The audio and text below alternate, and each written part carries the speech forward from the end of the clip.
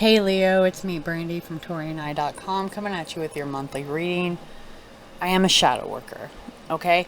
As you can see, the tarot in front of you, Judgment, which is Fahrenheit 451, which is really what drew my attention.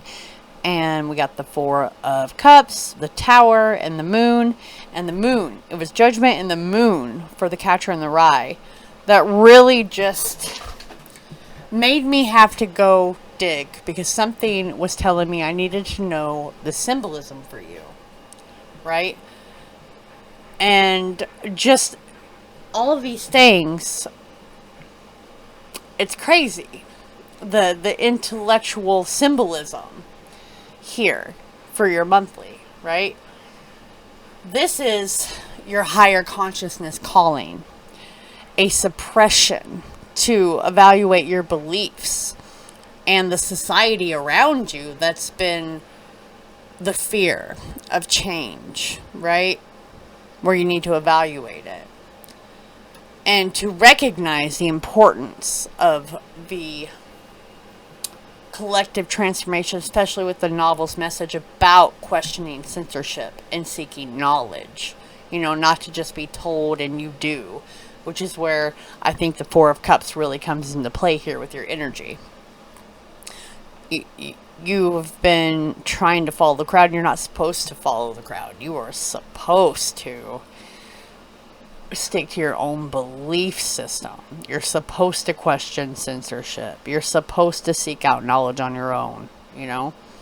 And that Four of Cups coming after Judgment is where you are very, very dissatisfied in life because you've been trying to fit a mold, and therefore you haven't been fitting. You've been further and further from fitting a mold, and you've missed a lot of opportunities for growth. And there's a danger here, a superficial contentment day to day, like you filling the void with bad habits. You know, society is constantly distracted with entertainment, and that's definitely warning against ignoring deeper truth and emotional and intellectual engagement that is definitely missing. And as you see, we have the cave as clarifiers and the gym.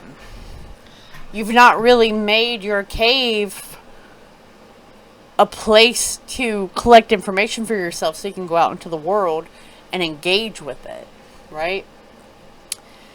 And it's a societal collapse to overthrow oppressive structure. And that Tower is coming in to remind us that sometimes an old system has to be shattered for actual growth. You know, that glass house you've been sitting in, terrified of everything with every view. And try to, resist a destructive force or habits like censorship or, something like that. Whew. And the Moon is telling you to search for truth amid the confusion that you've been having. The importance of intuition and discernment. That is about uncovering the suppressed knowledge and resisting some type of manipulation, these fears you have in your head. Oh my goodness, give me a second. The Catcher in the Rye, you know what I mean? I know the carousel at the end symbolizes the cycle of life, the innocence, right? The inevitability of growing up.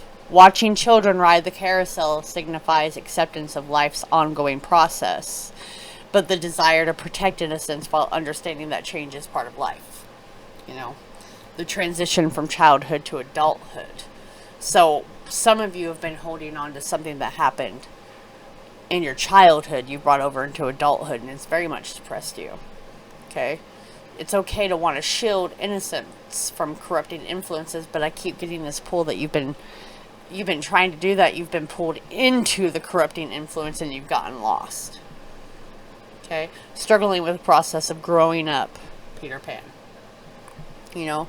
And holding on to these feelings about change and uncertainty because you're worried, about your future. Like, what happens if I start coming out of this? what's life like outside of this? You know, life is unpredictable and it's painful, but you can't sit there holding onto that, because it's all symbolizing your individuality and your desire for uniqueness. Okay? Of course we need protection, but you're also alienating yourself. You're censoring yourself, you're suppressing yourself. There's so much stagnation and just a loss of personal freedom. It's almost like holding up somewhere and not engaging out of fear. And they're trying to get you to go outside. You know, because while you think you have an individual thought, you've been kind of brainwashed somehow.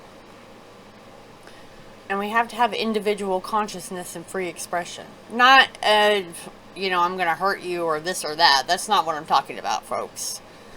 Not what I'm talking about whatsoever. You need therapy, if so. But this is a mindless consumption that dumbs down society through television and media and distraction from real human connection. That's critical thinking, right?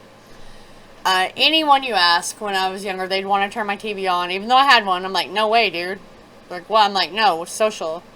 We have music. Music is uplifting. TV is not.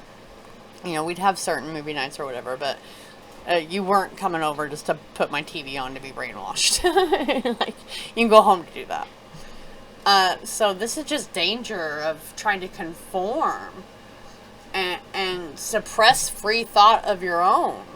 It's very important to read and have critical thinking and, you know, just understand that knowledge is to be cherished, and to stop getting around people who kind of limit your intellectual pursuit or stop you or want you to just get on board with things. You know what I mean?